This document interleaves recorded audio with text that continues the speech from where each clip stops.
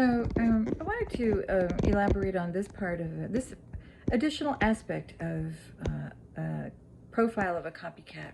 One of the traits that they also possess, besides being very unloving and unfeeling, and they don't have that empathy gene, and they don't care about the effects that they cause on other people's lives, and they take personal joy and pleasure out of inflicting pain on others for no reason at all. They celebrate. They have parties where they celebrate that stuff. They're all about gossip and spreading false lies and rumors. That is how they make their wealth. That's what they do normally.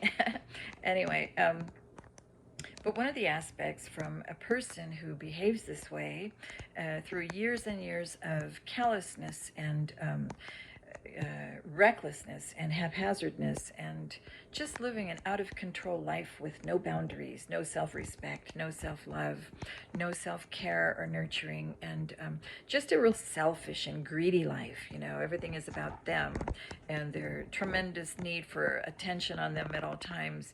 I mean, they care the most about what everybody thinks about them, and so their whole life is built upon this facade that they built off of fakeness and just superficiality and materialism, because they make a life of stealing and harvesting and siphoning the energy and creative gifts and intellectual property and all the birthrights and the blessings and essence of light ones, people that have it going on for them.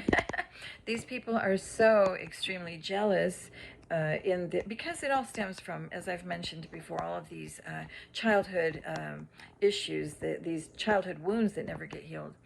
But this is another aspect that I didn't cover before, and I want to talk about now.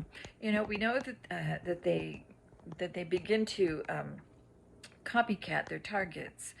Whoever they work on at a time, whoever they see as a target, someone who emulates characteristics and attributes that they don't possess. So they plan, they target and strategize on stealing the life force and essence from others. And since these people have no boundaries because they don't have any self-love and they're completely and utterly detached from any kind of love, they don't love their neighbor as themselves because they don't love themselves, that kind of thing. And they're more like Cain, who hated his neighbor without a cause. Okay, those are the kind of people. They're heartless and they're ruthless. They're very cruel. And they will prey upon a lot of young people to do their dirty work, and they have no care at all about what they do, the effects or the impact on the lives of these young people that fall prey, unbeknownst to them. Maybe some of them have no idea of, all they know is that they're looking for maybe a part-time job or something, and then they get offered positions by people like this that prey upon them, all for the purpose of, paying them to and teaching them to gang stalk and troll and spy and, do all the dirty work that that the voyeur or the narcissist has them do. In this case, it's a coven. It's people that are very demonic. They're Luciferians, so they worship the devil. Anyway, they're heavily steeped, because this is the life that they live in the dark occult. They use all forms of witchcraft and kitchen magic and graveyard spells and all kinds of stuff, black magic, and they hire people all the time that specialize in a certain types of, a certain craft, and they use it on their targets, because their whole purpose is stealing the inheritances of light ones, their blessings, their birthrights, their spiritual gifts, their essence, their energy. They harvest it and siphon it, unbeknownst to them. The light one might not even know or be aware that this is taking place. Like in my case, I had no idea that this was going on until about 3 years ago, when the Lord began to reveal it all to me. But yes, that's what they do. But I want to say that in all this coldness, this heartlessness, this lack of any empathy or consideration for the lives that they impact, all the people around them that they manipulate, even people within their inner circle. They are always constantly manipulating them. They only have people in their lives that they can manipulate. You know, when they meet people, they're sizing them up right away, thinking, how can this person serve me? And it's all about them. These are the most greedy and selfish people on the planet, okay? So they use everybody that's in their circle. They manipulate them. They do spell work even on them, and they get them connected. You know, they form attachments, spiritual attachments to these people, and everything is done through sex. They are completely open to every kind of sex. I mean, they'll have sex with animals. I mean, they'll have sex with anything that moves. They have no boundaries. There is no self-love there. You're talking about, these are very, very dark individuals that have stooped so low.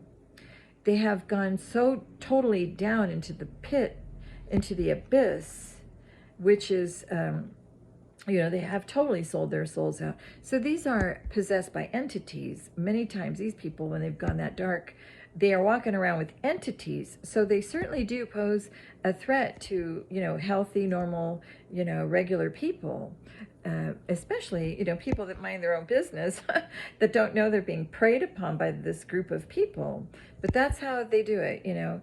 But I do want to mention, so one of the aspects that comes out of a people, the behaviors that comes out of a people that has all those low vibrational toxic addictions and wounds, childhood wounds that never get healed, is they are seethingly jealous, very, very jealous of people that they target. You know, they want to take their lives.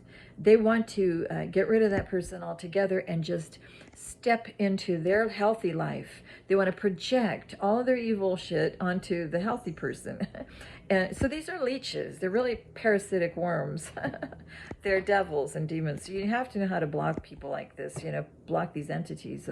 And if you're in Christ, which is the highest vibration, it's love, eternal love, unconditional love. It trumps everything. It's the strongest frequency. It's the highest vibration there is. And it all begins with self-love, you know. So nurturing yourself and self-love is very important. But one of the aspects and one of the side effects of this behavior with time, after living a life of stealing and taking and injuring and murdering, you know, because the Bible does say hating your neighbor without a cause, it's the same as committing murder. There isn't any love there. They don't care about the impact that they have on other people. They could care less about stealing what belongs to others. And then to make matters worse, they even take out life insurance policies on the same people. So they have a whole strategy, okay? As I've mentioned before in my profile of a copycat, they strategize to scapegoat a person, create a false narrative, and then build on that, spread it wide and far, all the fake, phony lies, you know, the malicious lies and gossip, because those are just projections of their filthy lifestyle. By day, they're in a church pretending to be one of God's children. By night, they're doing animal sacrifices, drinking blood, and poisoning their neighbor, you know, to unalive them, to cash out on a false, you know, they're doing the most, okay? They take out life insurance policies on people and then they plan to unalive them. But they don't do that until they create a fake narrative on that person's life. And they get everybody, they've hacked all their shit, they know all their contacts, all their social media. It's a big strategy. And they spread the rumors wide and far and get everybody in that person's circle, you know, family and friends, people that they know, they put them under spell work and they manipulate them and they persuade them through spell work to believe these lies. Now, and I've often said before, if anybody's known me all my life and then they fall prey to one of these schemes or these liars, you just forget you ever knew me, because I don't like to have stupid friends, you know. But these people, you know, I like people that can think for themselves, you know, because certainly if somebody came to me and told me something about someone I've known for years, I would go to the person that I've known for years, and I would say, as a loyal friend, I'd say, hey, I want to talk to you. This clown came over to me and told me all these things that you did. Now, I've known you for years, and I know that's not you. So what's up with that clown? Why would that person come over to me and try telling me or persuading me that that's you when I know it's not? I feel that you should know about this. That is how I would treat a situation like that. But not one person in my family or amongst my friends, not one has stepped forward to tell me diddly squat about anybody. Okay, so I keep distance from people that are stupid just because, assumptions are the mother of all F-ups, if you know what I mean. For those who like a Steven Seagal movie once in a while. Okay, but that's what they do. When they plan to scapegoat you, it is with the ultimate goal of taking the life of that light one because of their their envy and jealous. They just can't stand it. They can't stand that light one might have people that love them, that they might be strong leader, be independent, not codependent on anyone. They can't stand that. They can't stand that a person is happy being alone and is self-providing and makes her own way. They can't stand that. A person could be creative and have a whole lot of options and chooses not to date, have many, many options to date if I wish to. I certainly would never chase a man or do anything like that. I just have class, it's the way I behave. I've never stooped down to a level. I don't deal with low lives.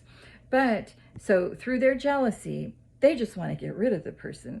Ultimately, that's what they plot and plan on doing a variety of ways.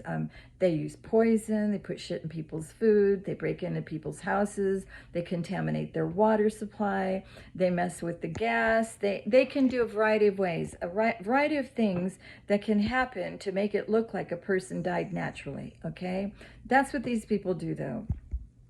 And the cat's out of the bag. I will continue to use my voice to expose things like this because it's just downright evil. But these people, through all of this manipulation, it's all they deal with: manipulation, control, and narcissism.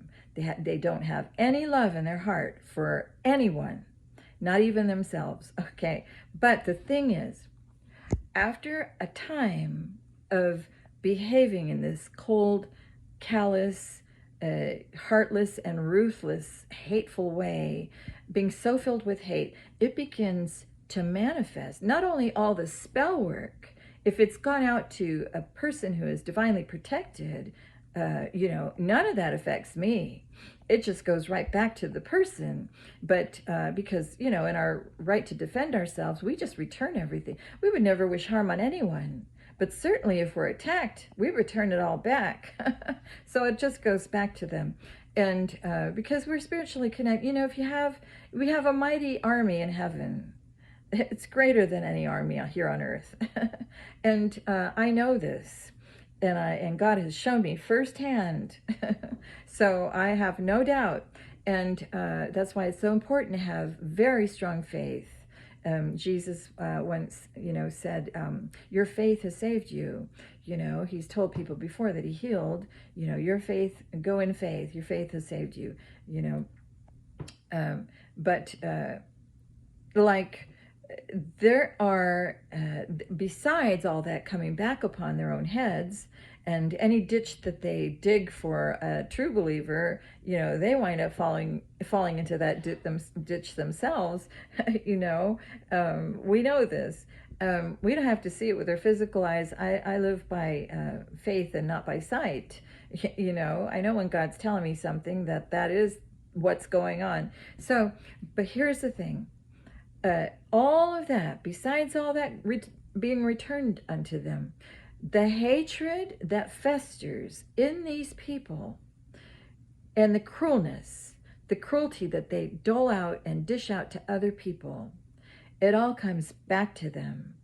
And it manifests itself in the brain and throughout all of their energy centers, and they begin to fall. They begin to get sick, and disease starts to set in. And now it can take the form of cancer, or it could take the form of any kind of illness, but it just sets in and it becomes obvious to all the people around them, and they may have like a stench or an odor. It just takes its toll and it begins to manifest in that person's life in a very up close and personal way that becomes obvious to everyone around them. So God designed it that way, so that, because in the fullness of time, we're in that time when everything done in darkness is brought to the fullness extent of light, and it is seen by everyone. All the people's dark evil deeds are exposed, they're outed, they are they're made known to all around them. So the other people that are around that went along with all of those false lies and accusations without even checking to see if any of them were true or whatnot, they just fell for it and went along with it. They also get caught up in that karma, in that, because you reap what you sow. And everybody has a choice in life, which side they're going to serve. You cannot have two masters. You're either on one side. Jesus said, those who are with me, those who are not with me are against me. There's no middle way. God gives everybody free choice, because but the highest vibration is love, and that trumps everything. It's unconditional love, and with that love and taking up your cross and following the Lord, you walk. It's not an easy path, I'm telling you. You're going to everything is about testing, and meeting milestones and pushing forward. But there's a lot of growth, there's a lot of lessons, and there's a lot of acceleration and a lot of ascension. You step up and God gives you more. He teaches you more. There's never going to be an end of learning. But once we are on that path, He gives us so many spiritual blessings that no man can break in and steal. It's our treasure in heaven. Here on earth, yes, God does allow people to steal, and God watches everybody to see what they're going to do. He may put a wallet on the ground and see who comes to find it, and that wallet might have $500 in cash, and He's going to see what somebody's going to do with it. And then when He watches a bunch of people coming over and fighting over that wallet and stealing and taking and splitting it up, and everybody goes home thinking that they did something good. No, they didn't. They were dishonest. They didn't try to find the individual it belonged to. They didn't try to turn it in or reach out and find the person it belonged to. But God knows, He sees it, and He'll give mankind enough rope to hang themselves with, just as part of the testing. Now, there's always lessons. Even when you get knocked all the way down to the beginning, you've got to start over again. There's no way to go but up. So, but my prayer for anybody that has stabbed me in the back time and time again is that they gain all clarity of mind to and learn from the harsh karmic lessons that they have to go through, because essentially that's what happens. You've got to experience however you dished it out to someone, that has to come back to you so you can understand and learn what you put someone else through. So if you were wishing that someone else would be broke and stuck and stagnant and poor and struggling and homeless and without food and water and with nobody, no job opportunities, no financial opportunities, no way to climb out of a situation, and you were happy and you created that through spell work, and you wished that, you took pictures of someone on Facebook and you had a group of people recite words over that picture, and you wished for bad, and you sent all kinds of negative energy and evil, venomous ill will towards that person, all these fiery darts. The person you sent it to has always been protective. I transmute everything. So it's only helped me to grow and move forward. So it's been a total catalyst for me. and has made me even. I never would have known how strong internally I am without having gone through that. So thank you.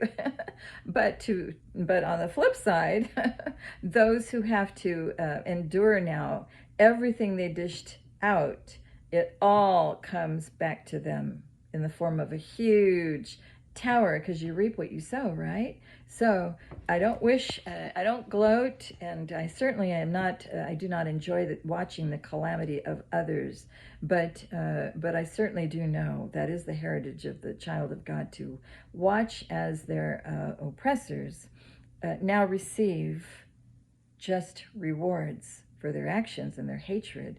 And but oftentimes it will manifest itself in sickness and in very bad health and in disease. So I just want to put it out there. Any young people who might be watching my post, bear in mind, never compromise your core values to do something stupid like making an alliance with people you don't know, because the world is full of predators that could give a shit about what happens to you.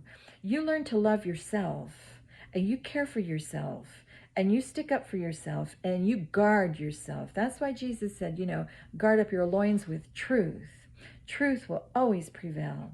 And I just want to leave it there. But anyway, I thank you all for listening. That was my message for today. Peace out. Bye.